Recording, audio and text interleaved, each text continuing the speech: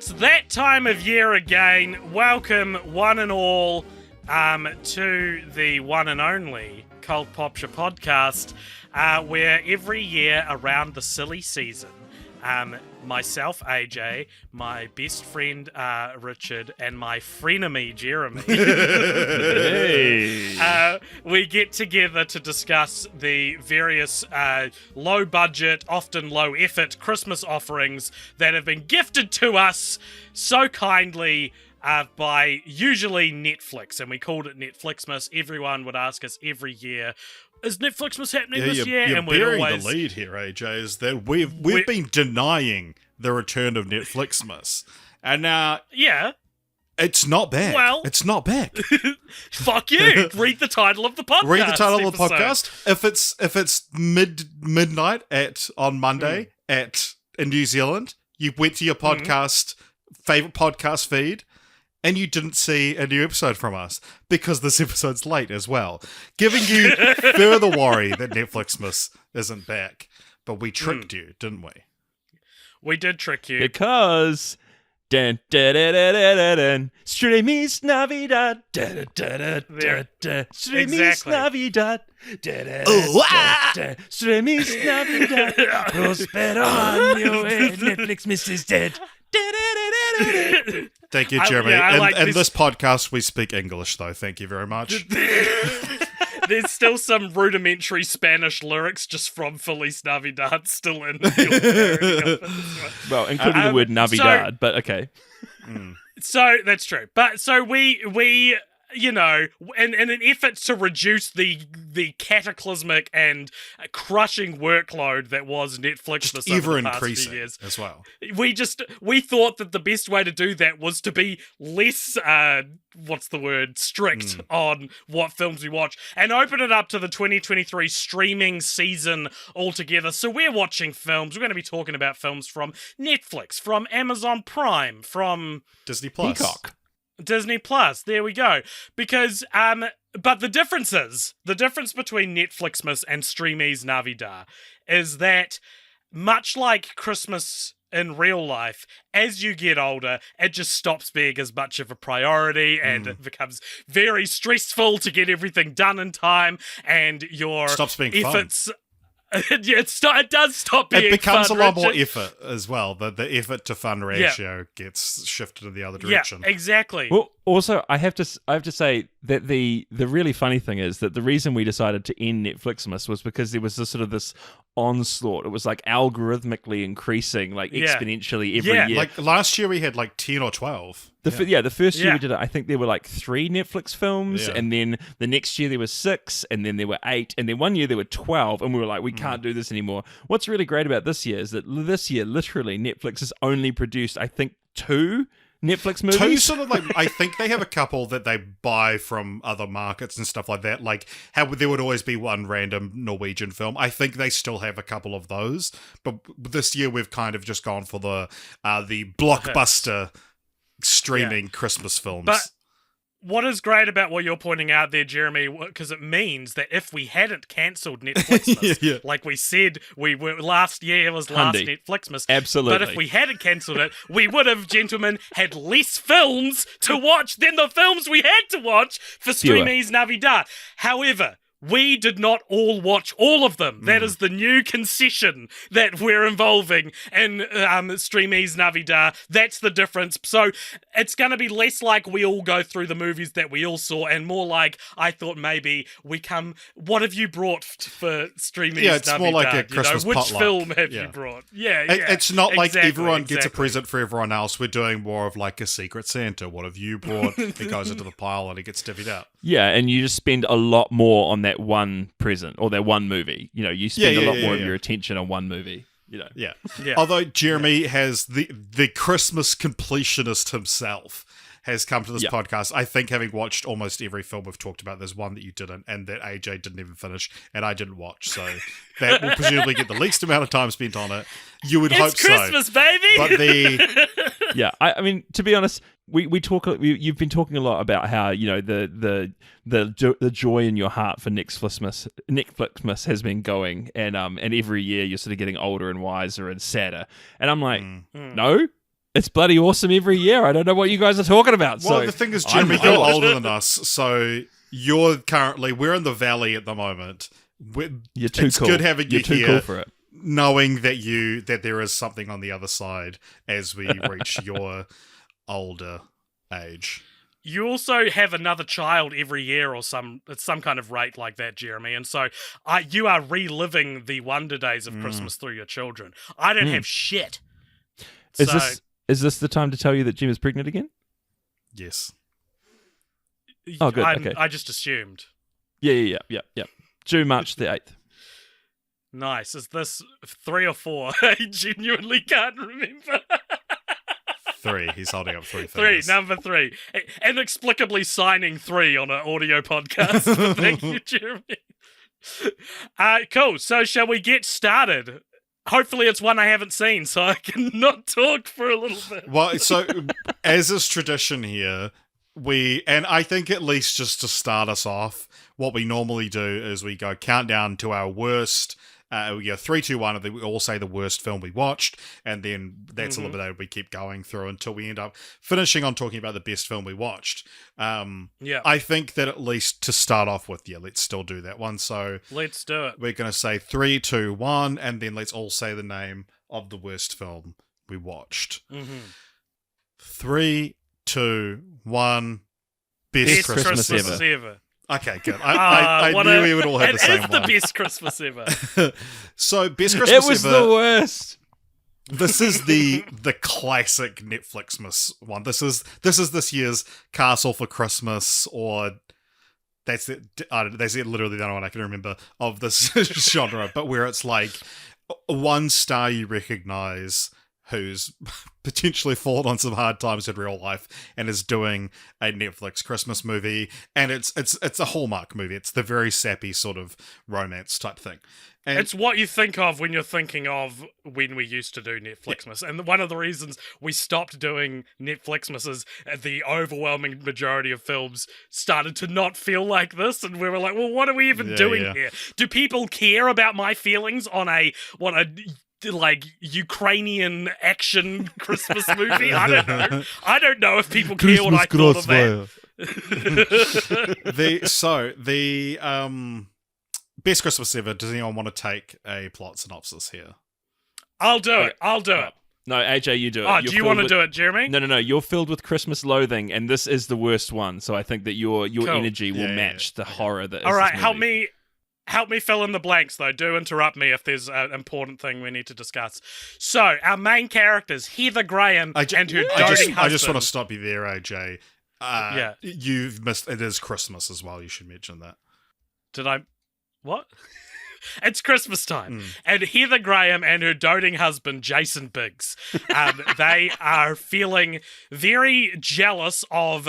Or no, Heather Graham's feeling jealous of like a distant friend she has because judging by her Christmas cards that she sends out to all her friends that don't talk to her anymore, her life is perfect. She's got a hot husband. She's got a hot husband. She's got a mansion. She's got an alive son. Yeah, and a son that is alive and well. Who is this person played by? This is not Brandy herself. Of The Boy Is Mine and Moesha fame. I mean, come on. You can't be all excited about Heather Graham and not get on the Brandy train. I apologize profusely. Not only to you, Jeremy, but to Brandy fans everywhere. So Heather Graham's kid finds out about this dope-ass house that her friend lives in, and that Brandy lives in. And they're going to, like... Where are they going for Christmas? They're going to her sister's house, but the kid types in the address of this fancy friend's house, and they wind up there instead. Just driving to like a different state or something by accident. They're meant to be going to Heather Graham's sister's house, yeah? Yeah. Yes, yeah. And so the two couples sort of reluctantly... You haven't mentioned the most important character of the entire movie. The stuffed monkey. The stuffed monkey. Whose name is Bananas or whatever it's called. Fuck that monkey, man. Oh, it's so awful. And it's annoying because it's used as a plot device several times as well. So it's just like, why are they late? Oh, because of the kid's stuffed monkey, etc., etc.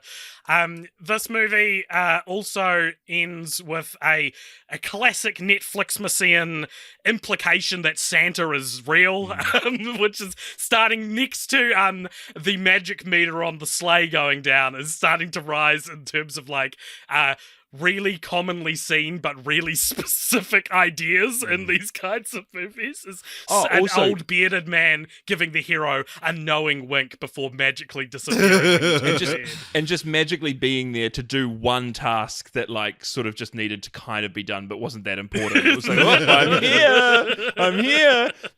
One of the other like random Netflix like shitty tropes about these movies is they have a countdown of how many days it is to Christmas, and this one has it, baby.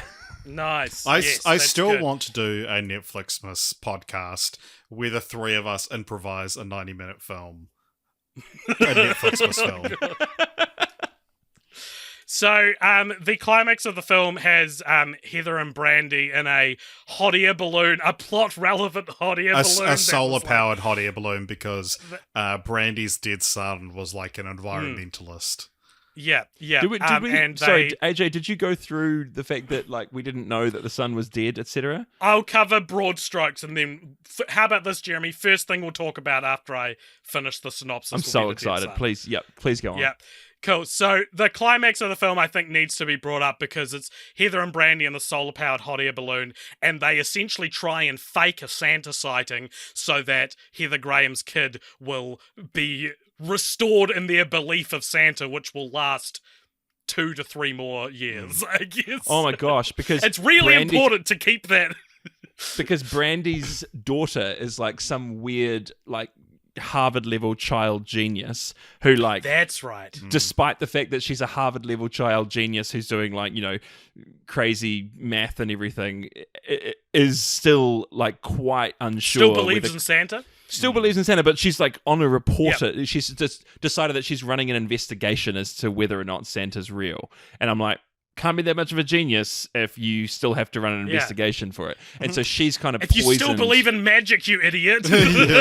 She's poisoned Heather Graham's son's mind, and so they both the mothers have to kind of, you know, get together to try and prove their actually intelligent children wrong, to get them to believe a lie for another couple of years. But then also they didn't have to because Santa is real. Yeah. So, I will say, though, I think the idea of, like, a smart child and a dumb child doing an investigative investigation into whether or not Santa is real, great idea for maybe, like, a short film or something, right? Yeah, but it's kind of like a smart child and a dumb child doing a podcast together for 7 years. Which one's which? I'll never tell, because I don't know. But the fact that she is literally attending Harvard or whatever, that discomforted me. I don't think that you should be able to go to an adult space, you know, like that if you're under the age of 18. I think it's very strange and a dangerous thing. Well, you think she's like joining a sorority and stuff? Yeah, well, I don't know. It's just not a... I don't know what happens at colleges. But growing up... She appears in one of those horrendous sorority videos where, like, the door opens and they're all, like, sitting there, they're, like, bobbing their hair. Yeah. No, but I'm more saying, like the age you are is not just about, like, how much general knowledge or your IQ is. You also develop with your peers and things. It's going to stunt this girl to put her in university. Hold that thought, AJ, for another Christmas film that we're going to talk about in this episode. What a relevant plot point. The son's dead. Discuss. Yeah, so the whole time they're like... So there's this running theme throughout the film about these Christmas letters. And so Brandy's family sends these letters, just an update every year to all their close friends about how things are doing. Heather Graham famously hates them, so Jason Biggs was keeping them from her, and then he's like, oh my god, they have the secret correspondence. Because they used to date, is that right? Jason Biggs and Brandy? That's right, they used to date. And so... Or at least I think Brandy was really into... I think it's established that Brandy was really into Jason Biggs. Yeah, they have a history. Yeah.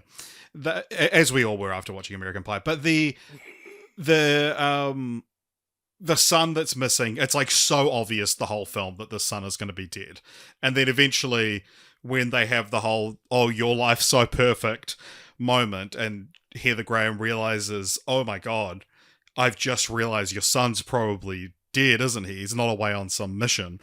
And then she says, well, yeah, it's just not something you put in a Christmas card.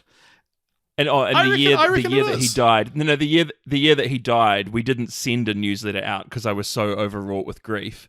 And then after that, it was like, oh well, it's been too long since it happened, so we're not. But then there's one thing of like not saying, hey guys, last year my son died in a newsletter. There's quite another thing to be like, hey guys, he's my on a mission. son's doing great work in Africa, which is what they say in the newsletter. She's like, my son's over in Africa doing really great work with his foundation. And it's like, she's just like, oh, we talked about the foundation as though it was him and all the work that the foundation was doing that we did in his name. Like, so I was like, no, you just no. That's not. No, you just that's say, not a satisfying our way son to lie died. about Merry that. Christmas. Yeah. Sorry, AJ, in your explanation, I can't remember, but did you actually cover off like what happened when Heather Graham turned up at Brandy's house? Like, because her son said... I believe some hijinks ensued, am I correct? Perhaps some antics and some tomfoolery, maybe festively themed. Yeah, she gives the letter, the newsletter that Brandy has sent her, and she's like shows it to her son, and he gets like the return address off of it and inputs it into the GPS before they go on their trip to her sister's house. And so they're driving. And also I'm just like, oh no, that's right. Her sister is meant to have moved house, so they've never been there before, which is why it's not weird that like they go somewhere completely different because without knowing. Anyway, you're fixing a lot of plot holes in this film, Jeremy, for a film you claim to not have liked. You don't have to. You don't have to do this for them, Jeremy. They turn up to Brandy's house and it's like very late at night, and then Brandy answers the door and Heather Graham's like, oh crap, what are we doing here? And Brandy's super excited to see them, and then basically insists that they stay the night because it's so late. And then of course, as happens all the time in Christmas movies, they stay one night and they're definitely going home the next day. But then of course it's like they're snowed in. It snows so much that night that they just can't leave. But of course they can go to the Christmas market, like just that afternoon. So anyway, so they end up basically having to stay for Christmas at Brandy's super mansion. Yeah. And Heather Graham's basically constantly trying to figure out like, this can't be true and Brandy's life can't be as perfect, and she ends up like, it's like she's driven crazy by jealousy and like has to find out, like things just can't be all this good, to the point where there's these locked rooms and she ends up kind of like sneaking away from everyone while they're out at the Christmas markets, coming back to the house and kind of rooting around and like drawers and trying to find their secrets. She ends up like bursting her way into this attic to try and snoop around, and finds this like massive model home that Brandy has spent hours and hours and hours making for her husband, whose mother was someone who made model homes, which is such a specific character point. Anyway, and so then of course they discover her in the attic, like rooting around. They're like, what's going on? There's a big confrontation, and then somehow Heather Graham ends up like smashing this like massive model home off the table just after Brandy's talked about the fact that Brandy's husband's talked about the fact that it's really meaningful, and like everyone's like, oh, what did you do? You've ruined Christmas for everyone. It's just that moment, and then it all gets forgotten. It's the ruined Christmas moment that happens in every Netflix film. I will say this about Best Christmas Ever, and I'm desperately trying to move on now. But so final thoughts here, guys. But this film, out of like all the Netflixmas movies, the Castle for Christmas and all that, like that sort of genre, this is probably one of the better ones, to be honest. Like, it actually kind of held my attention. If we were doing, it has brighter colors than Castle for Christmas. yeah. Like, but if we were watching in like a normal Netflixmas year, and if we had the normal 10 films and like average out of quality, this would probably be in the middle for me. Yeah, I know what you mean. There's usually worse than this on Netflixmas. Jeremy's giving a hilarious, disgusted look, which we can only see here. He's not. I was ignoring it. I was trying to ignore it too, but he wasn't stopping. He either froze or he was just still doing the face. I genuinely don't. I just don't agree. Like, okay, I agree if we're including things like David and the Elves. Like, yes, this is better than David and the Elves. But if we're talking about, I like, have no Castle recollection Christmas, of existing.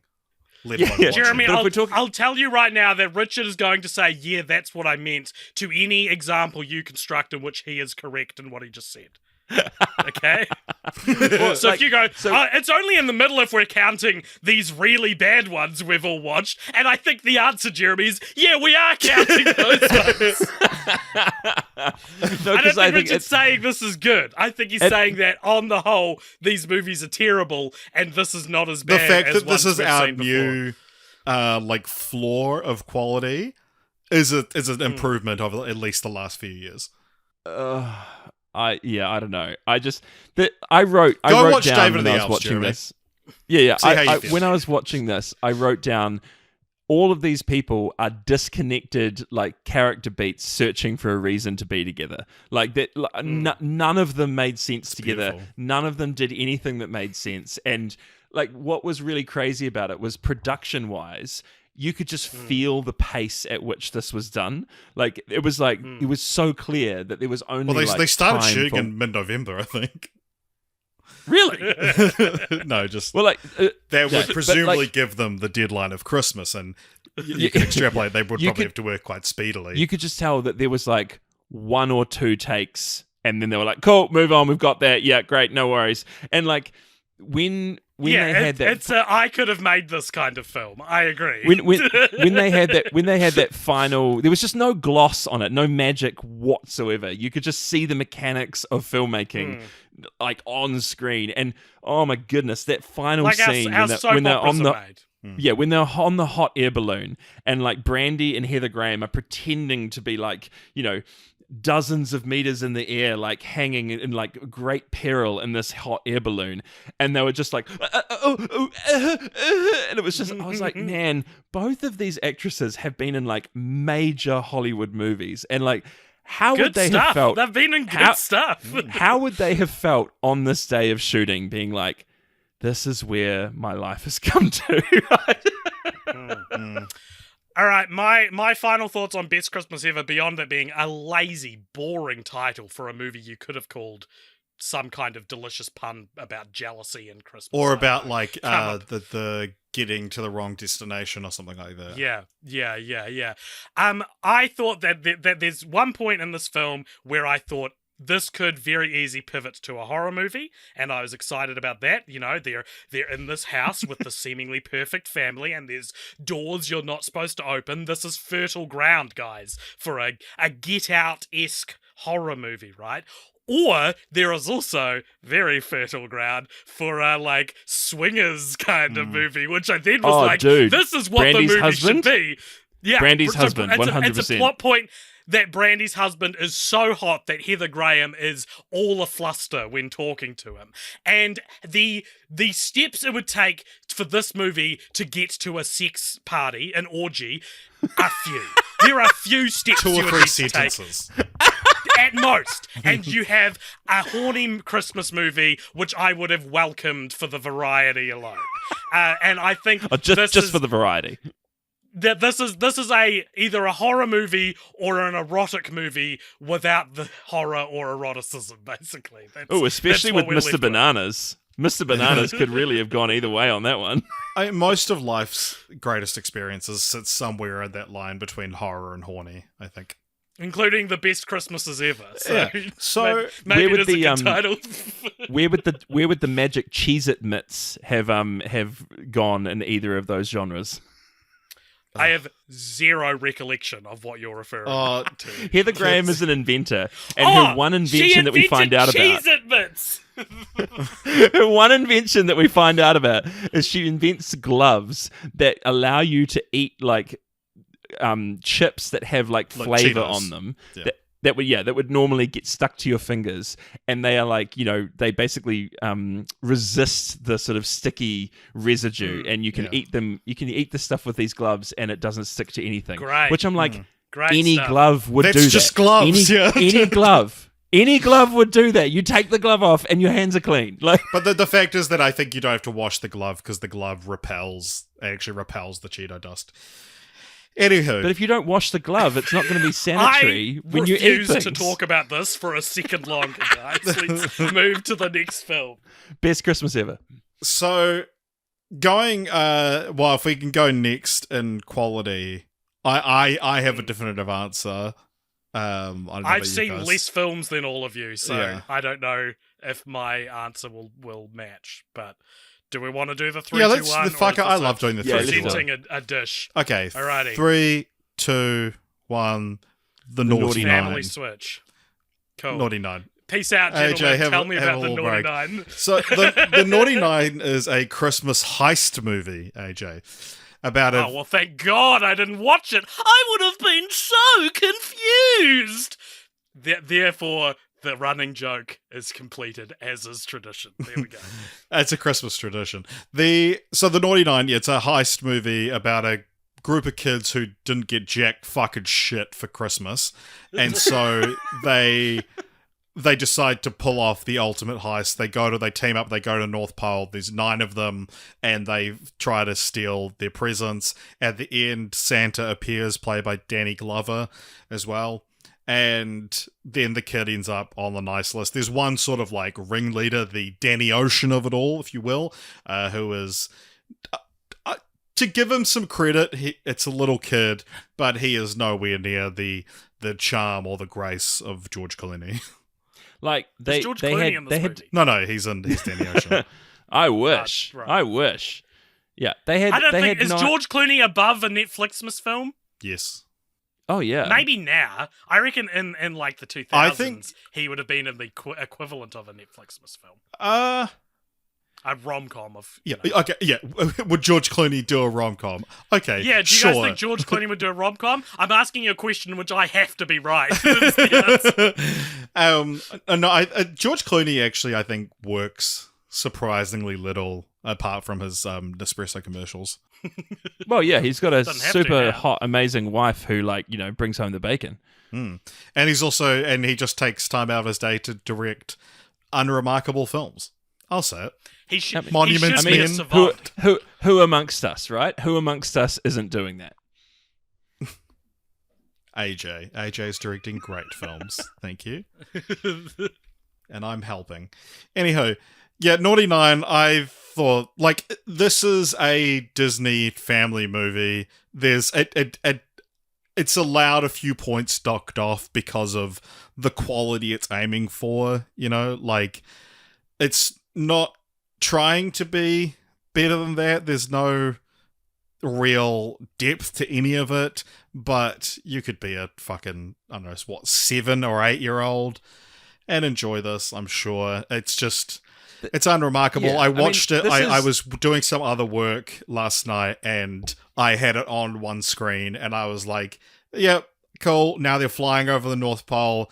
Oh no, now the pilot that took them How's there. the Christmas magic meter on the sleigh going by this stage? No, so they didn't go on a sleigh. They got an adult man to fly them in in a plane, and then In a cargo plane. and then he got Very sensible. And how did they get him to do it? Oh, that's right. He was under suspicion for being like on drugs or crazy because he had reported to his company that he had seen Santa driving the sleigh, and so they like had stood him down from flying. So he was like, these kids approached him and been like, "We believe you. We're going to the North Pole. Right. Could you take us there?"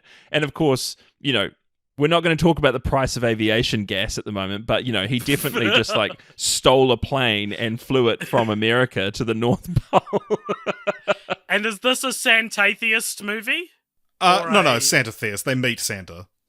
Okay. Who is Santa Yeah. played by? Danny Anyone Glover. major? I said that. I literally stopped listening like I said I was going to. But this is good. This is good. So One- and it ends with Sorry. a sequel tease as well. Santa shows up at his high school and he's like, I don't even know if it's high school, it's probably middle school, but he's like, "Oh, Santa, I've been real good this year. And Santa's like, "It's not that, kid. I need the Naughty Nine," and then the credits roll. So Santa He needs sounded like a... him to pull off the He's- heist. You sounded like the voiceover for like the British TV channel called like Nine, like Channel 9, the Naughty Nine. or you're calling like a Daily Kino and you get 9. It's the Naughty Nine. Oh man, Daily Kino, deep cut. That's my The thing about this to movie discussion. is that the whole point of like sort of large ensemble heist movies is that all the characters need to be somewhat likable. And pretty much none of these kids are likable. Yeah, well, they're supposed to be be naughty kids, to be fair. No, leaving aside the fact that their characters are supposed to be naughty, like I think, history of film is littered with like, lovable rogues and, people who are charming and, they do bad things or they're sort of morally questionable things, but like you're so on board with them. I was not on board with any of these children because they just had zero riz, as the kids would say. Oh, like, wow, very honestly, good. Very fun. I think it's very funny here, having not seen this movie and just half listened to a description of its plot. I think it's very funny that out of the three of us, the one of us who has children is like, didn't like it. The kids were too naughty. Like, Jerry, you have developed that is this, not my distaste critique. for naughtiness. I will say, though, on this film, when I first found out of its existence, I was like, this is a good premise for a kid's film. Like, group of naughty kids didn't get anything, do a heist. I will say, so the main guy is this kid, obviously. And, like, I don't want to just shit on this little kid too much. I will a little bit. But, like, have you guys seen Good Luck Chuck? Yeah. You know Dane Cook's best friend in that, played by Dan Fogler, who's just this gross little weirdo? Yeah, that kid is going to grow up to do exclusively those kind of roles. I guarantee it. All right. Shall we move to the next one? Yeah, so Naughty 9, do not recommend. Yeah, do not recommend. And I would say I agree with I agree with the idea that the premise was much better than the execution. And this is the absolute definition of like a straight to VHS. Like, Well, this is what Disney straight kids to Disney movie from the Plus is 90s. made for. Yeah, it's an updated decom, really. I think the next lowest for me would be one that's going to leave out AJ, and AJ, I don't want to do that to you. So what I'm going to do now is I'm going to invite you both to talk about Candy Cane Lane and leave me out of the conversation briefly. Well, yeah, that would probably be... Would that be my next? No, my next would be Xmas, but I don't think either of you have seen that, have you? No, Xmas would be my next one, but we shouldn't have AJ. Oh, yeah. Oh, we're so in sync, Richard. Oh, my God. I would also regard Family Switch as worse than Candy Cane Lane. Just so... Okay, actually, we can go back to Family Switch because we've all seen that. No, that is true. I Family Switch was so bad that I actually pushed it out of my mind. So, yeah, no, I would agree. So what are we talking about now? Let's do Family Switch. Family Switch. For the record, second best one I watched. I mean, the disparity for me is very small, and I do not care enough to fight for it. But I will say this: Family Switch was, out of all of these, the one that I saw and was like, saw the trailers for and was like, this, I could see myself enjoying this in the right circumstances. It's as the title would imply, almost it's a very blunt title. It is a body switch movie in which a family of a mother and father, a daughter and son, and then a baby and a dog all wind up in some like sorcerous trickery and wind up switching bodies with each other. And wouldn't you know it, they've all got appointments the next day that only they can do. The first probably 35 minutes of the movie is it setting up how all these different appointments that only these members of the family you could say the planets are aligning. Yeah, and not just appointments that only that member of the family can do. Literally the culmination of each member of that family's life up until that point. Yeah. Like their entire life has been leading to this. Yeah. The film stars Ed Helms and Jennifer Garner. Those are the two biggest names. Is anyone else outside the family who's famous? Rita Moreno is the old lady. Oh, yeah. Oh, well. And so I think I'm partial to a good body switch movie. I think we would say all three of us probably no biases against body switch movies. I think they're very fun acting exercises. All three of us really liked the Jumanji movies, and I think that's like the gold standard for doing this sort of thing. think the three of us should switch bodies. Yeah. I wish I had your life. Okay, let's all. Okay, 3, 2, 1. I wish I had your life. I don't. Oh, sorry. I wish I had your life. Too late now. You're switching places with my like empty coffee mug. Okay, well, what Jeremy, what we can do then magic. is the other way in which you switch is which on 3 we all say you wouldn't last one day in my shoes. Okay. 3, 2, 1. You wouldn't last one day in my shoes. In my shoes. So the reason something like Jumanji works, right? And pick a good body switch movie. Freaky Friday. Whatever, big Freaky Friday, whatever you want. Which are all referenced in the film as well. Yeah, including 13 Going on 30, which Jennifer Garner starred in, and I went down such a like stoned rabbit hole thinking, how many actors have been in multiple body switch films? Like, does that not feel like an interesting statistic for someone to have? No, because it's just literally one. Well, there's 2. Oh, but is that not interesting that Jennifer Garner's done this twice? Well, she's been in 2. No, there's one actor who's done this twice. Great stuff, guys. I'm just saying it's an interesting tidbit. Anyway, for a stoned person, yes. So what works about good body switch movies is and you're gonna follow me through on this, guys. The characters are so distinct, right? You have to be. You've got to open that film. Everyone gets one dominant character trait, and you just drill that in for 20 minutes, and then they switch bodies, and you get to go, Jamie Lee Curtis as a teenage girl? What? And that's the joke, right? That's where the fun is. And in this, these characters are all over the place. Yeah, and this was done the best way it was done is Jack Black as the teenage girl. Like, just brilliant. He's riffing off of these tropes that we kind of already know about like that sort of sort of teenage girl. That so it's not just the characterization you've seen up until that point in the movie. There's also like a cultural kind of meme around that kind of stereotype. Yeah. That's sexism probably, but like it's there. It's good stuff. And the thing is that the two teenage kids the way that they're written, they're almost anti-characters because essentially the girl is given one character trait and it's soccer. I'm really good at soccer. And the boy is just smart, and the boy is given several character traits, and I think that's true. Where that's it true. Falls apart. Because is he a on the spectrum nerd? That's what I thought when he first was introduced. But then he becomes kind of like he has like and then the second half of the movie, he's got all this riz. He's like acting like his dad. and what I think it is that Ed Helms would have acted the majority of the film as playing the son first. And so then the son, this kid, how old is it? Maybe 14? He has got to pick up the pieces to create a character retroactively based off whatever the hell Ed Helms was doing.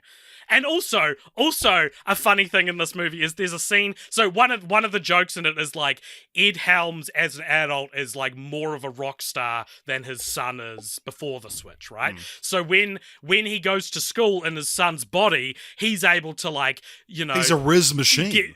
He's a riz machine, as Jeremy would so eloquently. Well, he's literally wearing a leather jacket. He looks like Danny from Grease. Like it's the weirdest thing. Yeah, and what's funny about this is how we go back to Freaky Friday, right? Seeing Jamie Lee Curtis dolled up like a punk rocker, funny, hilarious, what an out-of-place thing. It's sexy, I'll say it. Seeing a family switch where a high schooler is playing a cool high school student is like, wow, such an acting exercise, such a stretch. A cool high school kid from the 1950s. Well, you do get Jennifer Garner dolled up in that sort of way, and she farts a lot as well. She does fart a lot, but even what I think what I'm getting at is body switch movies work when the characters are stereotypes. And so that Yes. you get that juxtaposition. It And wouldn't work with us for three better or switching. We're worse, too similar. No, that's what I said before. Like, the problem with Family Switch is the characters are too complex now. They're poorly written and not defined enough that when the switch happens, it's just like, well, this is what I know of these characters now, big whip. And also, the baby and the dog switch places, and you get some, like, hellhole CGI. Oh The my God, CGI, the likes of which I haven't seen since, like, Son of the the first Mask. Cats and Dogs movie. Yeah, Son of the Mask is an It's Son of the excellent Mask touch point. CGI. Yeah, That is yeah, an excellent touch point. I think I totally agree with you, and I think the worst thing that a body switch movie can do is when you only find out what the character was meant to be like from the beginning of the film by the way that the new characters are acting them. Great right? note, So great note, this is the yeah. point. I guess this is the point you were making, but like Ed Helms had basically no character. Like at the beginning of the movie when he's actually being the dad. You're just like, he's just kind of a nice he's like guy. One of the cool teachers. It's he like, wants- throw out your sheet music. Let's play Seven Nation Army. But he doesn't actually do that. They're just playing Seven Nation Army. And like, No, he tells them to throw out their it's- sheet music, Jeremy. It's a perfect script. It's a perfect film. And then he has his like dad rock band, who one of them is Rivers Cuomo from Weezer. I don't know if you guys picked up on that, but one of his bandmates is the lead singer of Weezer. And then Howie Mandel shows up playing a character I just assumed was Howie Mandel until I read now that it says Howie Mandel as Barry.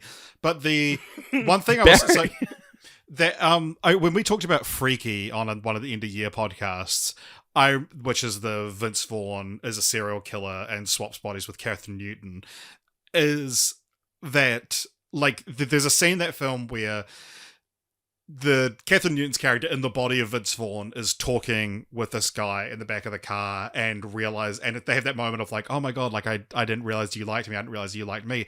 And they have this moment of realizing like, oh my God, like we actually are clicking.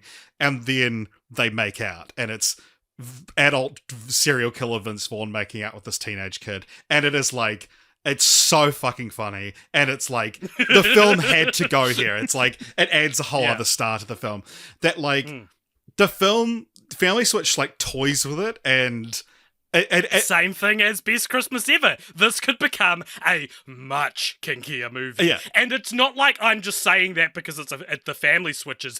The film itself, skirts right to the edges of what would be a more interesting but much more uncomfortable film. And so that I would there rather are see. definitely not a family film. Yeah, there are two bits in the film specifically. So there's one where the children in the bodies of the parents, they get home and they realize like, oh, it's mum's girls' night, so all the girls are going to come around and complain about their husbands, and they're talking about their marriage, and they're like, oh, why don't you guys kiss in front of us? So now you have like the boy in Ed Helms' body having to kiss his sister's mind in his mum's body. Which is fuck, man, fantastic setup for a scene. That is Cronenbergian. Yeah. You know what I mean? Like, this is good stuff. This is the kind of shit Gaspar Noé makes. Yeah, films. and so and Right? it's just this very uncomfortable one where they like both sort of throw up in their mouths and stuff. But it's funny. I kind of would have liked to see it go further because it's like what a horrific situation to be in. That it's like no way you look at this as this a good thing to have to do. It's I like, did not want to see it go further, but okay. It's like I'm only saying, Jeremy, I'm talking about the way my soul flatlines watching these movies, right? And so as it's flatlining, I hear brother and sister have to make out in the bodies of their parents, and I go, fuck, that's interesting. You know what I mean? That's what I mean by I wanted to go further. Like, the scene that's that also, more than nothing. The scene that then... So that scene, at least you have like, okay, that's a great culmination of this premise and everything. But the other one is that like... there's dramatic tension in the core of the idea. But the other scene is that like the parents in the bodies of the kids are at a party, and they have a moment where they briefly, one of them does the Thriller dance, which is also a reference to 13 Going on 30, when Jennifer Garner shows up at the party. But they're having this moment of being like, we don't get out anymore. Like, you know, we used to have so much fun and all this stuff. And they're having this really romantic moment where they're realizing, you know, we haven't had enough time for each other. And then just briefly, someone on the other side of the party is like, aren't they brother and sister? And I was like, I would have loved to see those characters get so caught up in that moment and make out, and then everyone's like, oh my god, this brother and sister made but out. also, I was about to say, I want to say something that might get me in trouble. The brother and sister should have made out in this movie. But also the thing with that is that it's like they are making out with the body of their child, which is a whole other layer of fucked up. Yeah. This is what this movie is so close to being fucked, and it's not, and that's disappointing to me. It's just because I feel like you can do it the other way around. Yeah, like they leave it to the CGI of the dog and the baby to really make it fucked. But the other thing. The other thing that happens at the party is that essentially, like, the dad in the body of his son realizes that, like, there's this girl who's been hanging around his son that his son obviously does not know is, like, really into him. And so the dad's, like, trying to kind of set it up for his son once his son gets back into his body and is being, like, really cool and nice to this girl. And the girl, like, goes in to kiss him, and the dad's like, "Oh no!" Like at the last minute, kind of just realizes what's happening and like pulls away. And it was just like that. That for me was the moment where it's like, "Oh, dude, you've just you put in all this work to make it better for your son, and now you've completely ruined it because you couldn't follow through." But also, like, imagine like the next scene if he'd gone through with that. That's what I would have wanted to see. Be like, "Hey, son, just so you know, like, set up things pretty good for you on Monday," and it's like, "What the fuck, Dad? You made out with my crush." That's a great. Look, and his wife in her daughter's body sees him across the room doing it. Like, yeah. No, look, I think what it is that this movie could just not broach these topics and fine, whatever. It's the fact that it gets us to these points where we start considering the worst that could happen. And I think a good rule to follow in screenwriting is that if you think of an extreme consequence of something and it works to some degree, you have to cut with a scalpel, you know? You have to make it happen. You have to go to these lengths in films, I think. Because if you don't do it, the audience is going to think about it. And you want to be you have to beat the audience. One that's... Especially, like, comedy is beating the audience to the punchline. I will say, though, that, like, it's funny because it's, like, almost always done with, like, a family. And I could say this quite freely because it doesn't exist. But I think body swapping as a concept is inherently kind of sexual, right?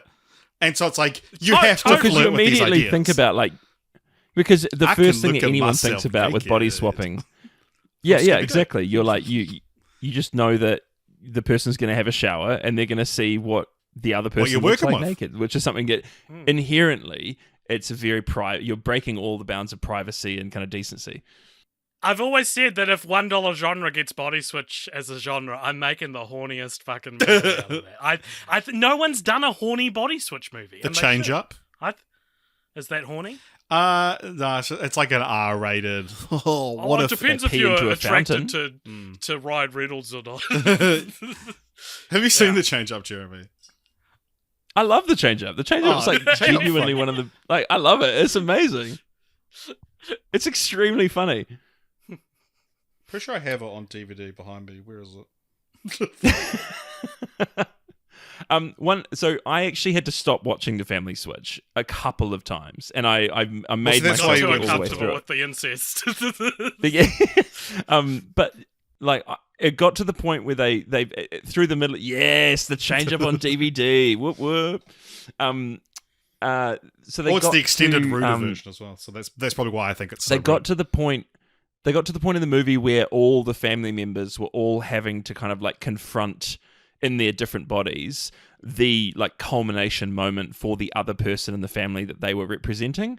And so you had like the daughter had to go and present at her mother's like massive architecture pitch to like, and she's working for this insanely like successful architecture firm. She's going to make partner if she does this successful pitch to a client who's like really disapproving. And it's not a Netflixmas movie if one of the characters has got a very important meeting where they might be making partner that's culminating with something else. And you just go like, well, there's no way that this like 16-year-old girl is going to be able to do anywhere near a good enough job to even skate by in the like on, by the seat of her pants or anything. There's just no clever way of getting through a business pitch with like a really, really like hardcore investor. Like as an adult, these things, and you're just like, and then the mother has to go and play her daughter's like big game where there's a US national soccer team scout like there. And I was just like, she's just not going to be able to do this. So can we just fast forward these scenes? Because there's no point in showing us. Like, it's just the tension is like, it's unresolvable. And so there's no will they, won't they. You just know that they won't. And so it just feels like a waste of time watching it. I just got angry. I will say that like, so the thing is that like with all these scenes, so it's like the daughter needed to learn her mum's compassion, and so when her mum is playing the game, she has the chance. She's doing okay. She's like hasn't made fucked everything up, but like she has the opportunity to score what would be a winning goal, but she helps an opposing teammate, and you can you see that happen in the film. You're like, it's like injured themselves, and so you go, they're going to appreciate the sportsmanship. The Yale interview are going to appreciate the confidence because that's what he needed to learn from his dad anyway. And then they say, we have all these things tomorrow, and then Ed Helms' thing that day just isn't visited, and then is revisited again later on in the film. But the mum, her meeting where she the kid as her mum eats ice cream to calm herself down, and Jennifer Garner's severely lactose intolerant, and she just farts relentlessly. And so I was like, I forgot about this. I can see all of the other ones. I can see them being like, the resolution of the film being like, what, actually, we really admired your confidence or your sportsmanship. But I was just waiting for the scene where they're like, what, it took guts to get up there and fart in front of all of us. You've made partner. And I was like, how the fuck are they going to talk them out of this one? But then it ends up that they're like, we can tell your team really respected you, so you got the job, you get another chance. And then when she does get the other chance to do it, they still haven't switched back, but there's a family emergency. The dad's rock band is playing, they can't find the kid in the dad's body, yada yada. And so she has to run out, let the team do the presentation. That's her learning, to offload work in some capacity. And then like the guy that they're pitching to for the architecture, that's his project, the head of the architecture firm and her rival at the architecture firm all show up to the rock concert where the family supports the son in the dad's body. And then they come up to her after the show and they're like, the pitch went great, you've got the job. And Paul Scheer, who plays her rival, is like, Nemesis. What the fuck? And then he's like, get out of here, you're fired. And it's actually like a plot beat from like They Came Together or something like that. Like I cackled when that happened. It's such a parody moment. The worst part about it is not only is it just so far out of the realms of anything that real people would actually do. Like, you would not get the CEO of the firm, the like really important client, and like multiple other people from the office turning up to this high school band It's not a high school band, but it's a band performance at a high school. A cover band, yeah. A cover band performance at a high school. Not only that, but she ran out of the biggest pitch of her entire career saying, had a family emergency. My family need me. And apparently the family emergency was, I need to sing with my family on stage in a covers band at a concert that you will attend, and not be pissed off that I blew off this meeting so that I could be in a band performance. You will go, hey, the rest of your team did great and good for you. I'm going to make you partner. Like, it was she also farted multiple times.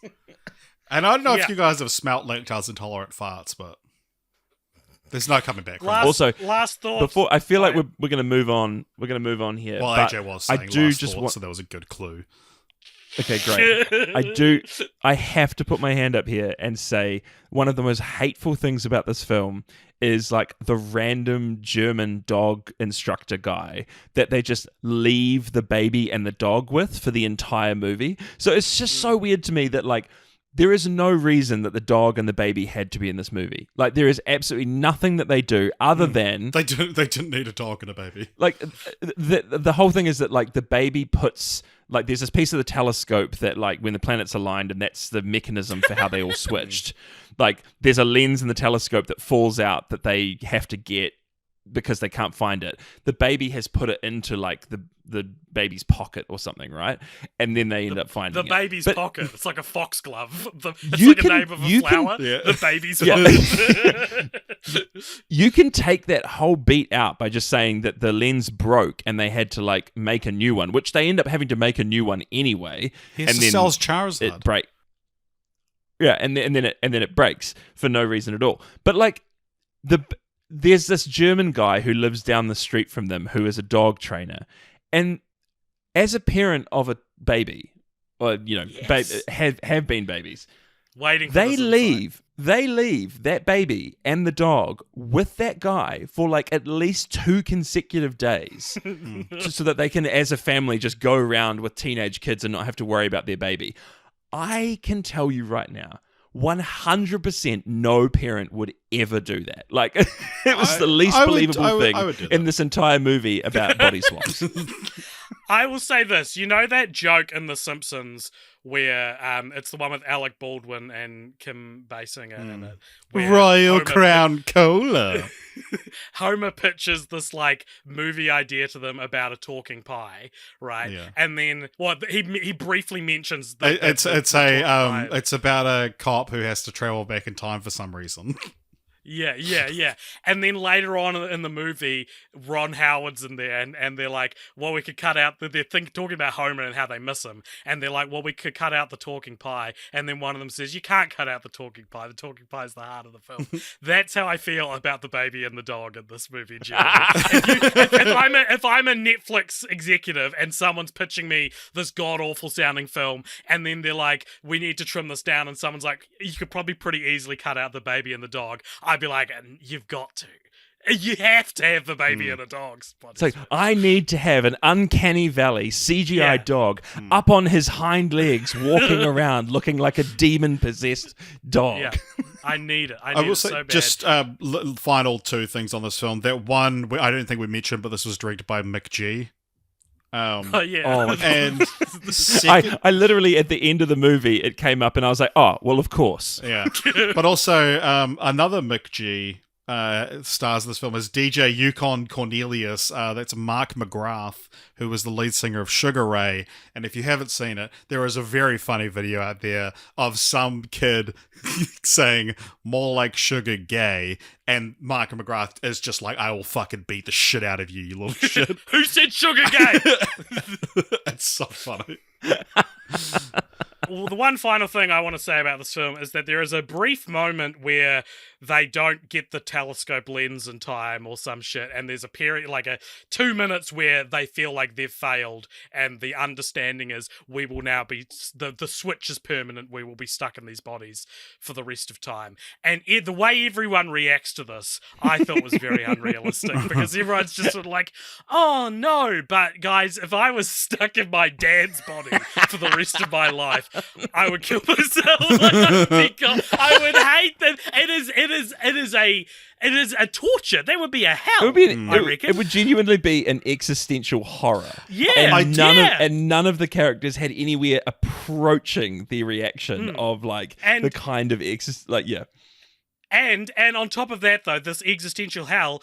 Therefore, my mind then went to, let's see that movie. Well, exactly. That's what I was thinking. It's like, movie. You know how like Palm Springs was like a Groundhog Day, but what if it already been in it for 10,000 years? A body switch movie where the body switch happened 10 years earlier or whatever. And it's like, they're ostensibly not switched anymore. They've had to adjust to each other's lives. So, that'd be fascinating. That's an interesting film. Or like, you know, it's this comet that passes by once every 10 years. They missed it the first night that they could have done it. And so now they have the chance to swap back. But now they've become so ingrained in the other person's life. One of them wants to switch back and the other doesn't. So it's like a... this is great. This is so good. This is great stuff. Yeah.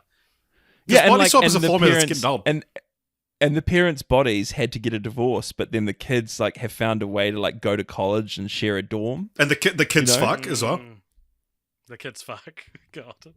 The kids fucking is the heart of the film, AJ. You can't take that out. All right, now I'm going to invite you two to talk about Candy Cane Lane and give me a bloody break for once. All right, how much of Candy Cane Lane did you watch, Jeremy? All of it, because I have to watch all of them. Okay. I watched Candy Cane Lane this afternoon, and guys, I didn't hate it. Well. I gave it 2 stars. But I gave it a heart, because this movie, for those who don't know, it stars Eddie Murphy. It's about a guy who really prides himself on his Christmas decorations on a street that is colloquially referred to as Candy Cane Lane because everyone on the street's doing it. And it's Eddie Murphy and shenanigans ensue. What I did not know before I got 40 minutes into the movie is that it's Christmas Jumanji. That they and in an effort to beat the neighbor, he goes to like a mystical Christmas pop-up shop and buys a Christmas tree that it's like a wooden mock Christmas tree where each of the layers represents one of the lyrics of 12 Days of Christmas. Oh, yeah. So there's a single partridge at the top of the tree, then the next one down is 2 turtle doves, etc., etc. And when he turns it on, they all spin so that it's like that rudimentary, Richard, zoetrope. When you call that zoetrope. Thank you. Yeah, it's a zoetrope of the characters from 12 Days of Christmas. Yes, you got like as it turns around, the 9 lords are leaping. as the zoetrope goes around. Exactly. I thought you were going to be like, so, and then on the second one, you've got 2 free 2 turtle doves, and then on the third one, of course, you'd have the 3 free chairs. Sit here for 2 minutes as we walk through. Yeah. They pop out of the ornaments and start running amok in the city, and lest Eddie Murphy wants to turn into a tiny little ceramic man, which is what he finds out it was on the contract he signed with the evil elf played by, what's her name? Gillian Jacobs? Jacobs? Brother? Yeah. No. Gillian Bell. Oh, Gillian Bell. What's she from? She's in 22 Jump Street. She was Workaholics, I think. Yeah, was it right. Big brick? So she is she becomes, I trusted her. I thought she was like the old guy that sells Mogwai at the start of Gremlins at first, but then it turns out she's the villain. She's an elf who will often trick unsuspecting people into signing these contracts that they then fail to deliver on, and they turn into a ceramic figure. And her motivation is essentially that like in the past, she wanted Santa to cancel more of the naughty kids. And Santa was like, oh, let's give them presents anyway. And she was just like, no. These naughty people need to be taught a lesson. And so she's kind of like been banished from the North Pole. She's set up on her own, and she basically finds great joy in like getting people to sign these contracts. And the idea that Eddie Murphy signed the contract, bought these things because he was like envious of, it was like his sin was envy because he wanted and over competition. He was overly competitive, so he was willing to do anything to beat his like neighbors, and so that was what led him to sort of not inspect the terms and conditions and kind of get caught into this like Faustian deal. He also gets laid off in the opening scenes of the film from right at Christmas time. So it's not that bad of a motivation, I think, because they think they're going to win money if they're the best decorated house. Oh, yeah, because this year is the first year that the Candy Cane Lane decorating competition is going to be on TV. There's a sponsor and like... Yeah. So all of this goes down. Eddie Murphy has to collect the 5 golden rings before this clock strikes 8 in order for him to not turn into a porcelain figure, and the golden rings are being held by various characters from 12 Days of Christmas. Now, at the end of the film, another Santa shows up, a black Santa shows up that is specified in the film by the people, the news anchors, as Black Santa. They're like, oh my god, it's Black Santa! When we all know the correct term is Blanta. And he shows up and he's like, Pepper, who's Gillian Bell's elf character, he's like, what the hell are you doing? You got to stop tricking people. And she's like, no, he made a deal. And we're like, well, we've got the 5 golden rings and it's only like 7:30. And she said, I never said 5. And the twist of the film is actually it's 40 gold rings. As many rings as ever gets said in the entire song. Yeah, so every over time you go back through. So if you're listening to this, Richard, someone who hasn't seen this movie, and you're thinking, this sounds like it gets pretty convoluted and complicated, you're absolutely right, and that's what's wrong with the film, is that it's trying to be Jumanji and Small Soldiers and Night at the Museum and like all Welcome these to things. Marwen. it's trying to be welcome to Marwen. Yeah, and I think also there's a real tonal mismatch. The mother character, who's played by Tracy Ellis Ross, she is phenomenal. She's great, her performance. Yeah. I believe whenever she was talking about like what they have to do, and kind of like when she's reacting to Eddie Murphy telling her that he's going to become this like tiny porcelain figure, like all this sort of stuff, I'm like, I'm with her. She believes it. Like she was a standout for me. And he's got teenage kids, and there's this family Christmas movie that's a pretty stock standard. I lost my job, my wife is much more successful for me, I've got to learn a lesson. That movie sits there with the family. And then there is this evil elf who wants to trick people using magic, Christmas Jumanji, gotta collect all the things movie that is much more interesting and does not fit with Eddie Murphy and what he's doing with his family. They are not in that movie. And the elf, as soon as the elf came on screen, I'm like, ooh, can we have a whole movie that is just this tone and this production set and everything?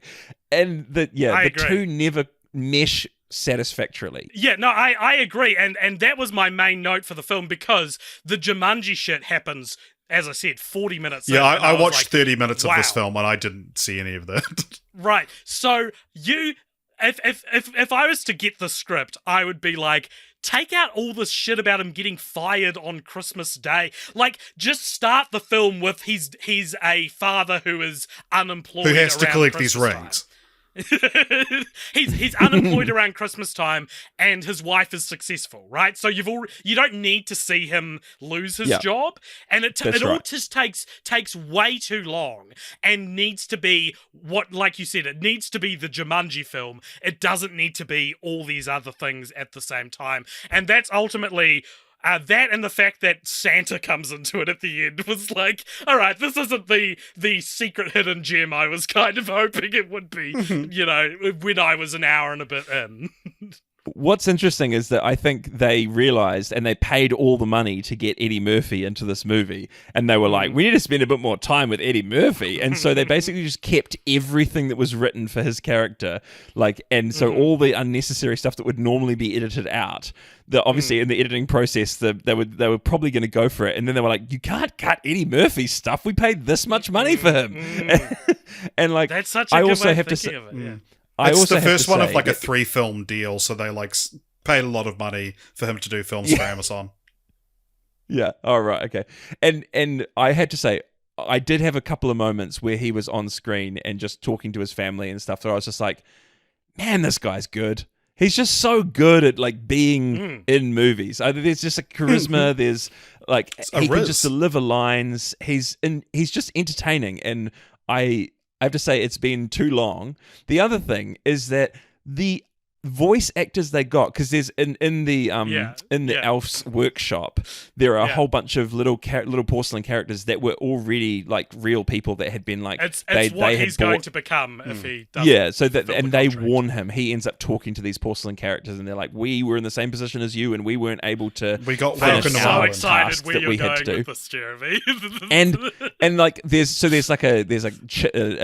British chimney sweep character. There's like sort of a very like Hispanic coded woman character. There's it's weird because they're all dressed as kind of like Victorian era English characters, but their voice acting and their behavior is very like modern. Cast. Yeah.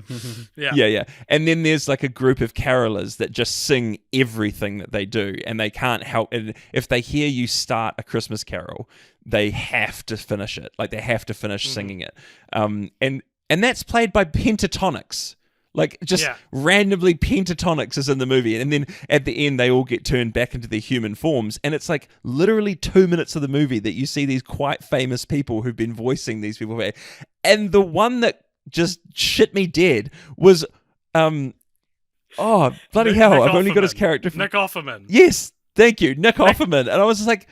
He's playing an English gentleman. He plays the chimney sweep. He plays Pip. So he talks like this, and it's Nick Offerman. And when they turn back into humans, it was like, the shots aren't prioritizing the reveal that it's Nick Offerman because he's just been voicing the character the whole time. So it's Richard. It's one of these moments where I'm like, is that Nick Offerman? 100%. He's out of focus in the background, and then right at the end he comes to have Christmas with the family because he's made friends with them, and he's going for his life for this chimney sweep accent. He's having a lot of fun. This You can is tell. breaking my brain to hear Nick Offerman speaking with this accent. I saw there's James Dyer for Empire said that the film was part It's a Wonderful Life, part Drag Me to Hell. I didn't get that at all, but all power to them. I think this is very close to being a better film, but sadly, 100%. I think you could edit this to be a better film as well. I think it's in the editing, not necessarily the script. I 100% agree, and I think that the quality is there in all of the acting performances. It's funny. It's super funny. Like I mentioned before, the news anchors that are covering the Candy Cane Lane competition, and it's like this one really dour white guy and this very cherry black played by woman. Jonah from Veep, who is just right. Cast He's perfectly. he's if anyone's so funny watched Veep. Yeah. So one of the reveals at the third act is that the $100,000 prize is actually just $100,000 worth of prizes from taco place, vouchers. and the woman is like, oh, did I say $100,000? It's actually vouchers for Taco Tuesday, and the guy is just like, what? Are you serious? The whole film, he's just been like, I'm overqualified for this. Whenever he pops up, it's a really funny performance. And then when Santa shows up, and they and then this big crazy sleigh and flies away again, and the woman is like, "Oh my god, they've clearly won. That looks so real." And the guy's like, I think that was real. He's just having this crisis in the film. It's good stuff. It's so close to being great, but it just falls short in how I didn't like how silly it got. I think the CGI was too cartoony as well. And also they make it so such a point of being there are 2 turtle doves, there are 11 lords a leaping, or whatever the actual numbers are, but when there's only one maid a milking. And she floods an entire changing room with milk from a cow, but it's only one, and there's no point where they're like, where are the other 8 or whatever, however many there are. I don't know the numbers after Turtle Doves. Yeah, the rules of it all are just a bit exactly. And that's my main script change, I think. It would be far too complicated to explain them better, so they don't, but then you feel like you haven't got a handle on what's actually going on for a really... And I don't really know how to fix that because you can't explain it better because it would just take too much time. It's this classic problem that bad movies have where there's too many magics happening at once. There's too many, and there's too many central concepts being executed at the same time, and you just need to pick one and do the simplest version. The simplest version of this movie is Guy has to get all the 12 Days of Christmas characters back in the box. That should be the movie, right? Yeah, and the thing is that it's funny because I'm hearing myself talk about this movie and I'm just pointing out all these things that I loved and that I thought were amazing and all these great acting performances and everything. But I finished this movie and I was like, oh, that was a steaming pile of trash. I actually could not stand it. But it's fascinating that there's so much good in there and it's just somehow ruined. And I think that tonal mismatch between the family and the magic just never quite came together. So that's a wrap on Candy Cane Lane, I assume. Next up, we've got a film, Jeremy, which I believe only you have seen, which I'm going to get you now to talk about, Dashing Through the Snow. Neither Richard or I listen. And Jeremy, I'm going to give you is 2 minutes enough, or is that too much, or what do you think? Yeah, I don't have a lot to say about this movie. You've 1 minute then. Okay, I'm going to time you. All right, and go. This movie's not for me. It clearly was not made for me. It doesn't there's nothing super wrong with it. It just didn't capture me at all. But then I look at the cast and what they've done before, and I haven't really enjoyed their stuff before, but they've done really successful stuff. So, I mean, Ludacris is in this movie, and at some point someone makes a pun on the word ludicrous, even though his character in the movie is not called Ludacris. 30 seconds. But yeah, it's fine. It's all good. Like, it's, things happen. Santa shows up again. There's this weird kind of family that drives around in a van that like are obsessed with Santa, and somehow they manage to track him. Things like that happen, and Santa himself is a huge part of the movie. He's very bizarre, kind of funny, but not really. But again, I think the style of humor is just not culturally what I have grown up with, and so that's why I'm like, this movie is probably amazing for people who like that kind of humor, and are used to that sort of storytelling. This was on Disney Plus, and also so Lil Rel Howery plays Santa. Yeah, is that right? Who's he? Yeah, he was in Get Out. He's the like TSA officer. His friend. Yes. Yeah. I recognized him, and I was just So like, I don't mean to make a point of this, but 3 Black Santas across the streaming Christmas movies this year so far. Too woke. Sure. Yeah. I mean, I think they're making a point of it. If you'd like me to segue into this, we also have a half black Batman and Merry Little Batman, which I could talk about for a minute now, if you like, Richard. You if have that's permitted. 45 seconds. Okay, so Merry Little Batman from Amazon Prime. I watched maybe an hour and 10 minutes, and it's 90 minutes long, and then I had to go, and then I just never got back to finishing it. But it's essentially what if Home Alone happened to Batman's son, Damien, who, as I mentioned before, is a mixed race character, which I didn't know that. At least he is in Bold this. choice for the name for a Batman son. Merry Little terrible name. So no, like Damien. Oh, that's comic lore though. That goes back. Oh, is it? years and Okay. years in comics, it's not like riffing off of the son of Satan. No. But I will say the art style. So this is an animated film. The art style very unappealing, and that was part of why I didn't really want to keep watching it. Luke Wilson plays Batman. And it's Home Alone, but it was with Batman's son. And my one little quirky point to point out here is that it's a lot less fun to watch criminals getting beaten up by a little kid when that little kid has got billions of dollars to his name. Like, in that case, yeah, shouldn't this be about the criminals? Like, you know, Eat the rich. But in this case though, it's not like the criminals are the Joker and the Penguin. They're invented for the movie to be very, very like oblique references to Harry and Marv from Home Alone. So the Joker is in it, played by the Joker is in it. David Hornsby, which I think that's great casting. But James Cromwell as Alfred was good. Oh yeah, they also have they're doing a TV series based on the film called Bat Family, so it's kind of a backdoor pilot, I guess. Well, this will be the last superhero movie I ever watch.